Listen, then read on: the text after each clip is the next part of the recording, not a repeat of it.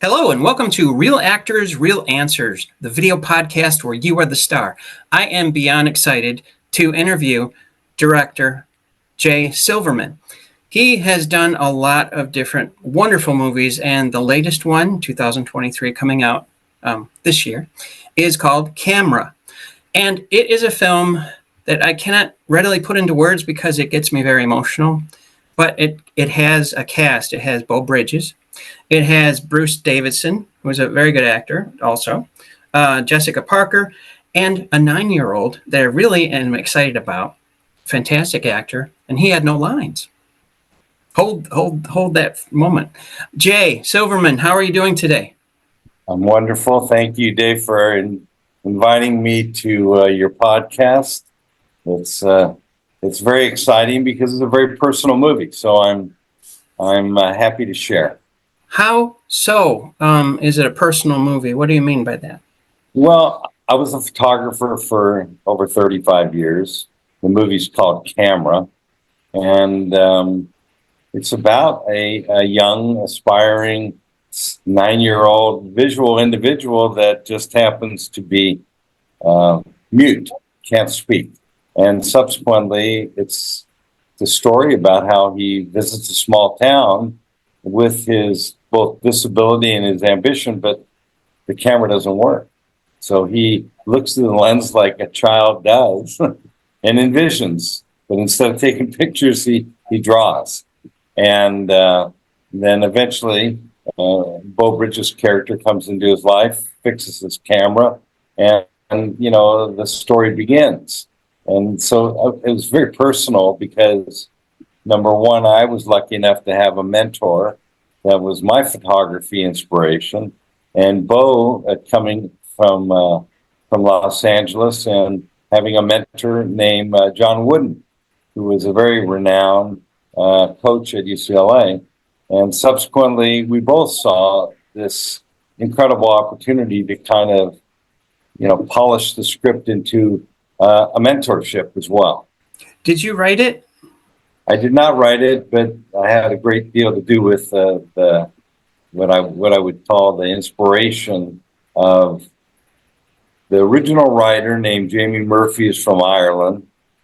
And then we developed the project for over a year in Los Angeles to not only make it an American kind of version, but to kind of put in what I think are the more authentic aspects of the story. And since I was a photographer, it became part and parcel to the process. So because you're a photographer as well as a film director, I can see now how, because in the trailer, which I advise everybody to watch very closely a few times, there's a beautiful balance I noticed just with the, how a trailer is so short, but I noticed, and in the featurette, there's still photography, and of course there's film photography.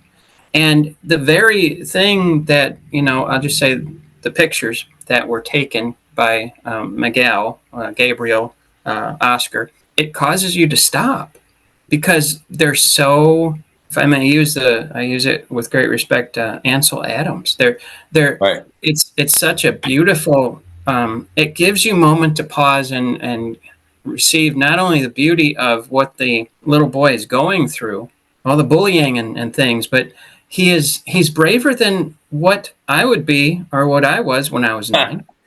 I mean, it's interesting, and I want to say this because I don't say it enough. Mm-hmm. Andrew Jarrett, who was the cinematographer on the movie, was my creative partner in the visuals, and subsequently spent, a disproportionate amount of energy trying to understand what my vision was, as most DPs and cinematographers do. But he just took my vision, and I'm a photographer, and made it our vision and his vision, and I'm super proud of it.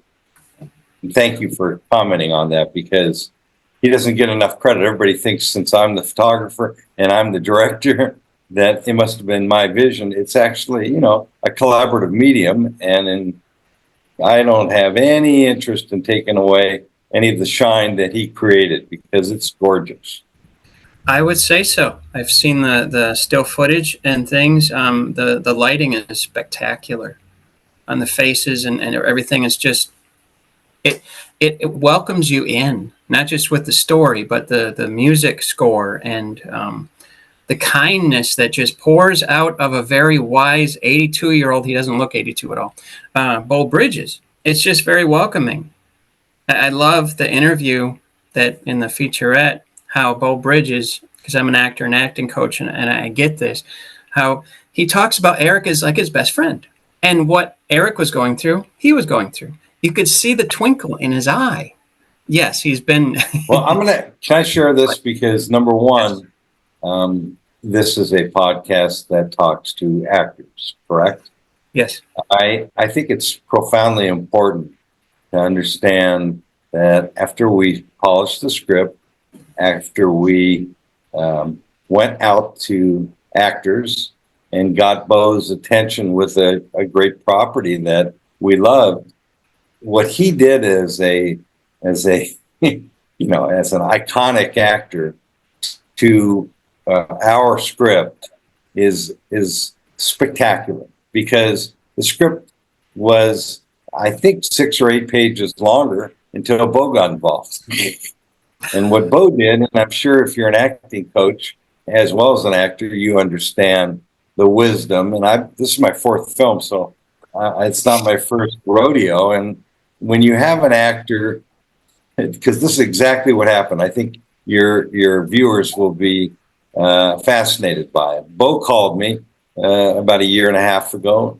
We were getting ready to begin pre-production, and we were on a Zoom call because the pandemic was still kind of going, and we had just casted Oscar, the young little boy.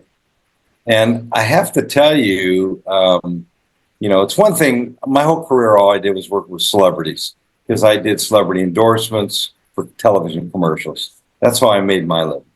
And, Michael Jordan, you name it, Ray Charles, it was a really, really fulfilling career.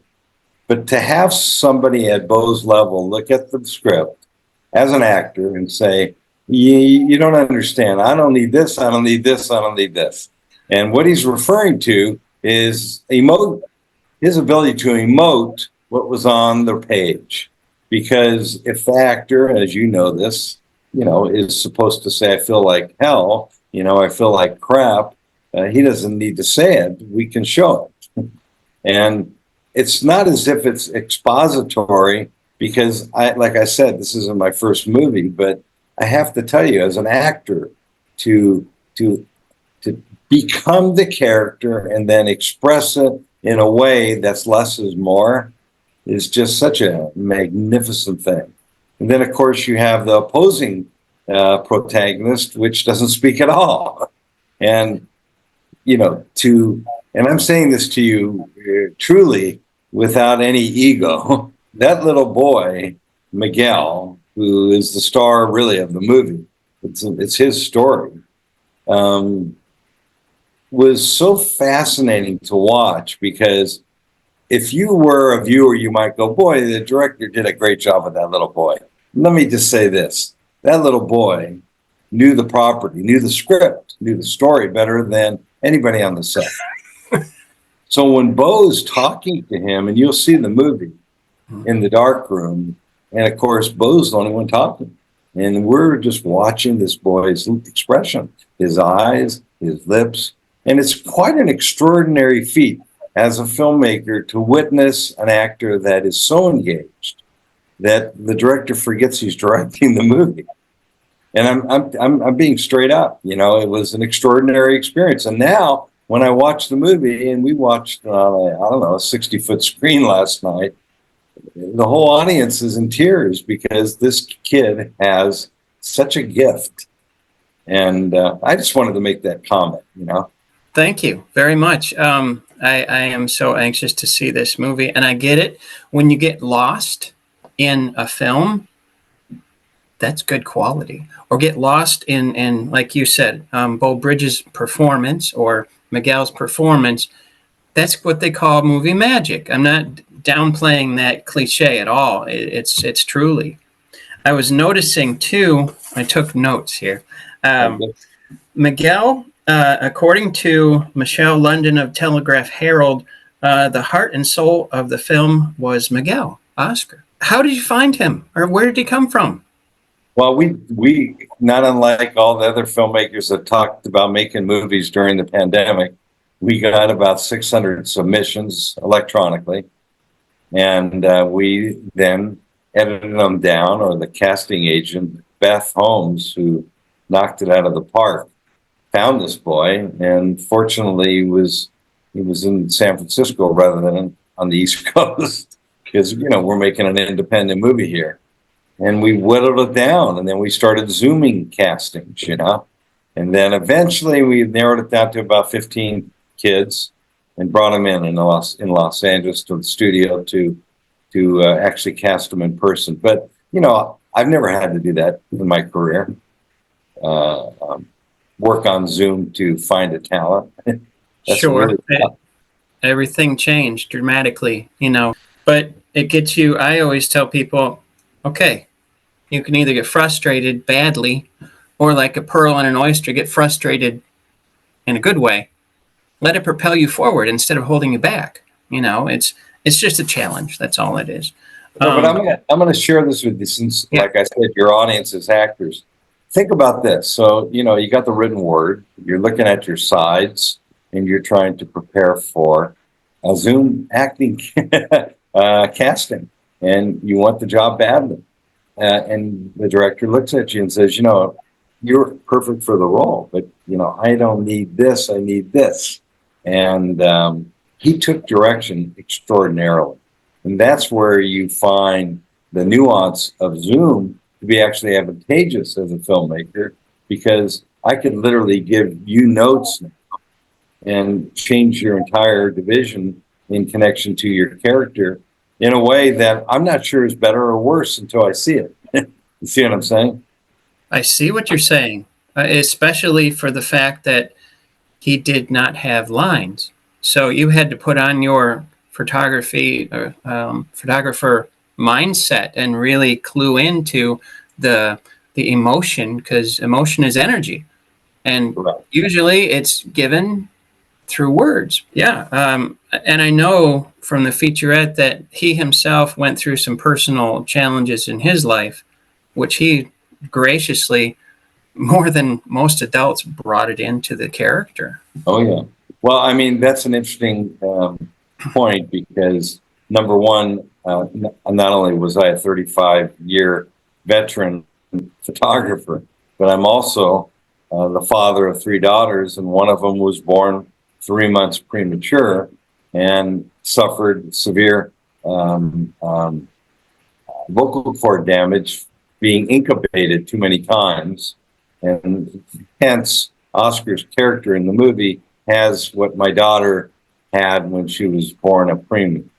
So I understood it. And I mean, just no different than you as an actor training to be a doctor in a movie, you will use different tools. You might watch movies about doctors, you might watch documentaries, you might go on YouTube. Whatever it takes for you to become mentally prepared for that role is to me the gift of a director working on a project that is something that he can relate to, versus all of a sudden I got to be directing a kid that is mute.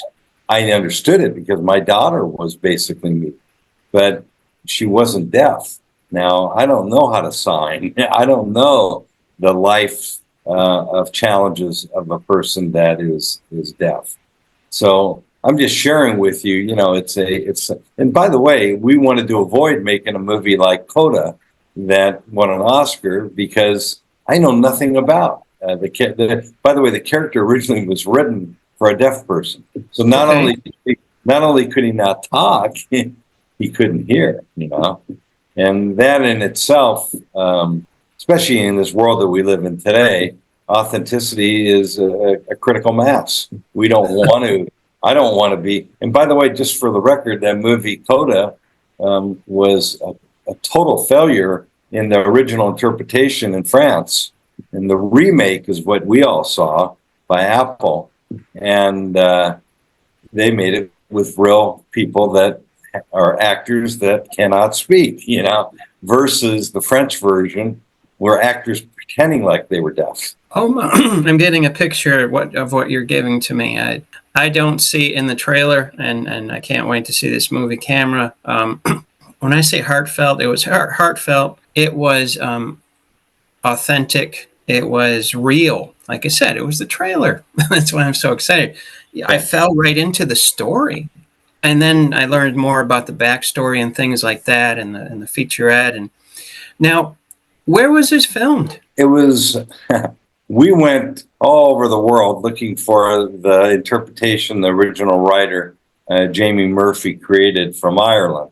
Of course, I was totally enchanted. I'm going to Ireland, Right? And unfortunately, not for any reason other than financial, it became infeasible. So it's a backwards way of answering your question. It was totally unaffordable because most of the spectacular scenery in Ireland is not, within an hour of Dublin. It requires you to move crews into parts of Ireland that would require you to get, 50 hotel rooms. It would require per diems, and it would make the movie totally unaffordable. So we ended up finding a location in Los Angeles, in California, called Morro Bay, which is just for the record, it's right below Hearst Castle. It's in Northern California, but it's a 3-hour drive from LA, and we only shot there for 3 days, and the rest of the movie was shot in Los Angeles on the back lot. So the town was on a back lot. Yeah. It did not. It's a great little story. Just quickly, number one, in California, the mountain ranges go all the way to the ocean. So we were able to find matching backgrounds in a place called Santa Clarita, which is about an hour outside of Los Angeles. And we were able to take a western town and turn it into a fishing village. That's true story. Wow. Bravo to the people that work the scenes, build the art director. The art director just knocked it out of the park. And I have to say, a fishing village, even though it's run down, is very colorful, and it's diametrically the opposite to find a old cowboy and Indian town. Yeah. Definitely. It reminded me of a part of Maine, actually. Well, I scouted in Maine. I scouted in Boston, and yet again, the same problem.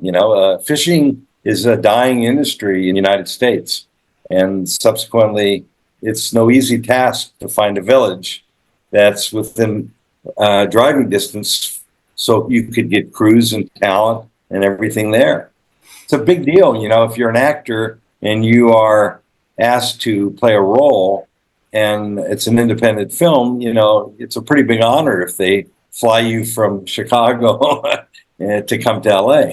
Why? Because it's expensive. It is. You gotta, put the person up, you got to get them a car, you got to do all the things that you wouldn't do with a local person. So I have great respect for producers and people that everybody on a film set. I've learned this over the years, and I teach it. Everybody in there is significant, right down to the caterers. What would you do without all of those people? I'm going to share something with you. Not that this sounds like an ad, but no. I'm 1 hour away from finishing a book on tape that Tom Hanks wrote, and it's called The Making of a Major Motion Picture. And it's basically a tribute to exactly what you just described, which is every person, without having a strong team, you're dead in the water. And it starts with, if you read the book that Tom Hanks wrote, I listened to it on tape. He reads it. It starts with just meeting each character in the movie and saying this is what they ended up doing. Whether it be a PA or a set dresser or an actor. And in many cases, they went to shoot the movie in some very, very obscure kind of place, and they found background talent, and just like we all do, resourcefully. Exactly. I'm going to ask you a couple things here that just fascinated me because when I watch a movie, that's why it's very hard. It's delightfully hard to watch what I have seen so far of this masterpiece. I'm going to call it that, okay? Wow. Is that it's hard for me to get lost in a film to the point where it just moves me almost instantly because I'm always thinking, about everything that has to do with filmmaking. However, Jessica Parker Kennedy, she makes a great mom. Unbelievable. It's an extraordinary compliment to each character in the movie. Jessica, in particular, had a very complex role to play, and it's so wonderful that you just brought it up because number one, it's like walking on eggshells. Because number one, I'm trying to make a movie that is not going to be deemed inappropriate for parents to watch with their kids. I'm not trying to make a G movie, but I am trying to make a movie that you could watch with your kids because this movie is highly inspirational. And this woman had to play a tough role. She was a working mom, plus she had a handicapped son, that couldn't talk. But the kid was far above an intellect that you would have ever expected. He's super smart. And how she manages that character is a real extraordinary thing. No different than Beau and all the other characters in the movie. You've mentioned Bruce Davidson. I mean, he plays an old fisherman, and I got to tell you, you can feel it, you can breathe it, and you can smell the fish. You know what I'm saying? I love that. Yeah, he's been in a lot of different movies and sitcoms and things. And when I saw that name and I saw his face, it was, yes, he's gotten older, but he still has that energy that he was so focused in some of the scenes. It was like he was a part of the town. I could sense it. It's such a incredible joy when you meet these people and they're enthusiastic on castings and you choose them and then they show up, and in this particular case we run them down, make them look dirty, make them look smelly, make them look like they can't afford to change their clothes every day. And then you start to feel and breathe, why these people are so unquestionably in demand. I mean, Bruce is in hundreds and hundreds of movies. Same thing with Beau. There is something that can be said about passion, and they all embraced the project. So that was huge. When they came on set, I would imagine all different hours of. How long did it take to film? Believe it or not, 18 days. 18? That's not bad. It's a genuine independent film. I mean, most are done within 4 weeks. Now, I'm not going to lie to you. We had the luxury of having an incredibly, this is my fourth movie, tight, buttoned up team that knew how to stay on schedule and knew what is going to, in advance, create obstacles. But the biggest obstacle, and you're an actor, it's the most painful thing to have actors come to the set unprepared. And Yes. For everybody, because you can literally, anybody on a set can destroy the pace, but an actor that's a significant speaking role, has to be responsible and prepare for the role so everybody else can do their job, and versus learning their line on the set, Morro Bay, that's a beautiful area. What was the weather like? I have to ask. Well, that's very interesting. Number one, if you ever come to California and visit Morro Bay, you can pretty much count on it being so foggy you can't see the mountain that's featured in the movie. And then 1 minute, the mountain exposes itself through the clouds, just like in the trailer. And then another minute, it's pouring rain. We lucked out on this movie, and somebody upstairs was looking out for us. But because we had a lot of beach scenes to shoot, and we had a lot of stuff to shoot on the dock, and in both cases, incredibly time-consuming if it started to rain, or if it was full fog. you might as well be shooting on a set because what you're paying for to be there is not visible. It just goes white. The weather has no respect for filmmaking. But that's no exception. I mean, in my career, I've been all around the world, and I remember shooting in New Mexico, and I'll never forget this. The DP saying to me, not the DP, the AD saying to me, "Hey Jay, in 5 minutes, if it starts lightning, we're gonna have to unplug everything. That means the trailers, that means the generators, and then we gotta wait 20 minutes." Well, I mean, to a filmmaker that's trying to make his day, that's like, shooting him in the leg. Right. I'd never experienced that, on a fast-paced movie. You're trying to do 5-6 pages a day, and it's all of a sudden you're stuck in the mud. That costs money because it's delayed. It just costs money. It's a chain reaction because it's funny. I keep going back to this Tom Hanks book. It's all his life stories, and what you start to recognize is how, one actor who didn't study his lines just totally destroys the day because you're trying to catch up. And then tomorrow you got a whole nother group of actors coming in. What do you do with them if you have to make it up? And it becomes kind of a chain reaction event. So you're the film director. I'm saying this for the audience, but also it's fascinating to me. I run an acting school, and I always tell people we're kind of a family, not by blood, but so. And it's like you have the DP, you have the assistants that are helping you, and things like that. They have eyes where you can't see, and it takes a collaboration, a daily collaboration, and at the same time you realize everybody's a human being. It's a blessing when things come together. It's good chemistry. That's what I'm looking for. You had great chemistry, it sounds like. Well, we really lucked out. Last night, Beau and a lot of the cast members were at this Q&A after the screening, and that's the first message Beau delivers is, you start working on day one, by the time you finish, you're a family. And the reason that becomes a truism is because you all rely on each other. His ability to come to the set and deliver his business is only as good as the people that are supporting him.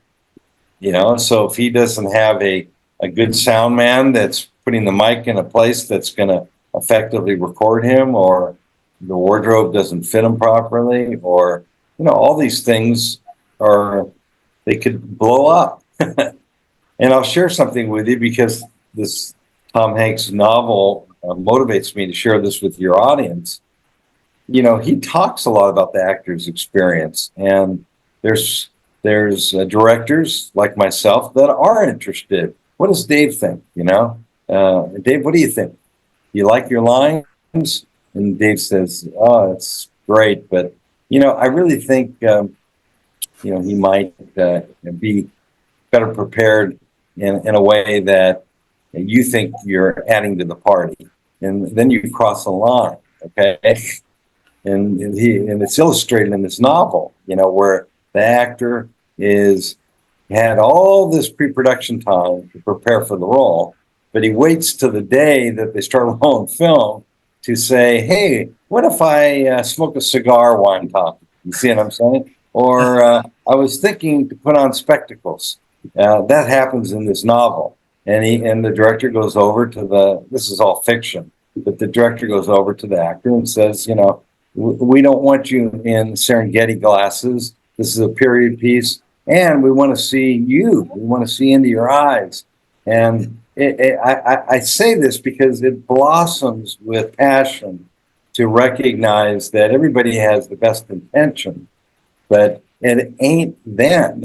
It's in pre-production. It's a phone call with the director. If you're going to be a featured player and say, "I just got to tell you, I'm going to read the lines exactly what the writer wrote, but I have problems here, And then the good news is, and this is shared in his novel and in my life experience, where, Beau or any of the actors decide to after I know I got what I need, they said, "Can you give me another take?" And next thing you know, in Beau's case, some of the best stuff in the movie was not on the page. So, It's a creative process. I get it. And it's just plain old fashioned good communication. I hear you. I feel you. Okay. You don't spring things on at the last minute. Well, that's probably anybody who's watching this that's an actor. It's probably the best thing they'll get from this video, because the Zoom call, because to me that's pure gold. It's like, stop yourself, even though you've had a great acting coach, even though you feel like you've prepared yourself for the role. The last thing you want to do is switch it up on day one. No, because that changes the atmosphere of the set or wherever you're at, the location, and you can feel the tension rising, the frustration, but people can't. And the more you hold back an emotion, the more it shows. So it's like, yeah, it's extraordinary when you have the people that you've had to work with you on this project. I call it, I have a thing, okay, movie. I get it. It's a movie. When I feel that it's such quality as in camera, I have to call it a film. And I grew up with, my mother introduced me to the greats of the 1940s, 50s, and 60s, and in film, she always said, "It's a film." And I said, "I'm starting to get what you're saying." I have to admit to you, I just got back from Lebuque, Iowa. Okay, there was a beautiful, beautiful film festival there, and we actually won it. I was explaining to Beau, because he wasn't there, that the experience was unique because no one knew anything about the movie. Probably 2/3 never even saw a trailer. And what the end result was, is you wake up in the morning and you get a pure experience with an audience. As opposed to last night, I was we were screening the movie in the town that we established the movie in, Morro Bay. It was actually St. Louis Obispo, but their audience is predisposed. It's their town. It'd be like when I was a kid, they made Karate Kid in the San Fernando Valley. I knew all those locations, so the movie was an added plus. But when I went to Lebuque, Iowa, I saw a real, I don't know, there was 1,100 people in the audience, and they really gave me what I had driven, the last 3 years of my life to make, something special. So it was a reward. More than the win, it was a reward for the heart, it sounds like. Big time. Big time. Yeah. Made it all worthwhile. And if nothing ever happened, I said, after that screening, that would have been good enough for me, because, independent filmmaking is a privilege, your ability to be able to go out and know going in, the likelihood is not enough people are going to set eyes on your movie because it's an independent movie. There's so much material out there on Netflix, on Amazon. If you're lucky enough to have a film that breaks the clutter, you're an anomaly in the independent world. That's all I can say. It's I think this movie, as I said in the beginning, I believe I said it to you. This movie is coming out at the very right time for this century, because, like I said, we live in a sanitized world, with social media and a lot of tech and low touch. This movie that you created has a heartbeat. That's what it is. It has a heartbeat, and it has a soul, and you can feel it through the faces, and of course, I respect highly the lighting, the cinematography, and everything else. It's just, I don't know. Yeah, it's a soul movie is what it is. I'm trying really hard to find the right words, but it's a work of art, something you should be really proud of. Yeah, you're welcome. No, I'm very grateful. I mean, it doesn't, I don't know how else to describe it without being redundant, but, I created a production company after a career making commercials. I did very well for myself, and I made a life decision about 10 years ago to make purposeful movies. And all my movies, and most of them are available on Tubi for free or Amazon. They're all movies that identify subject matter that I feel is deficient in society. I mean, my first movie is called A Girl on the Edge. It's about post-traumatic stress after being socially battered and raped. And it's someone very close to me that it was about.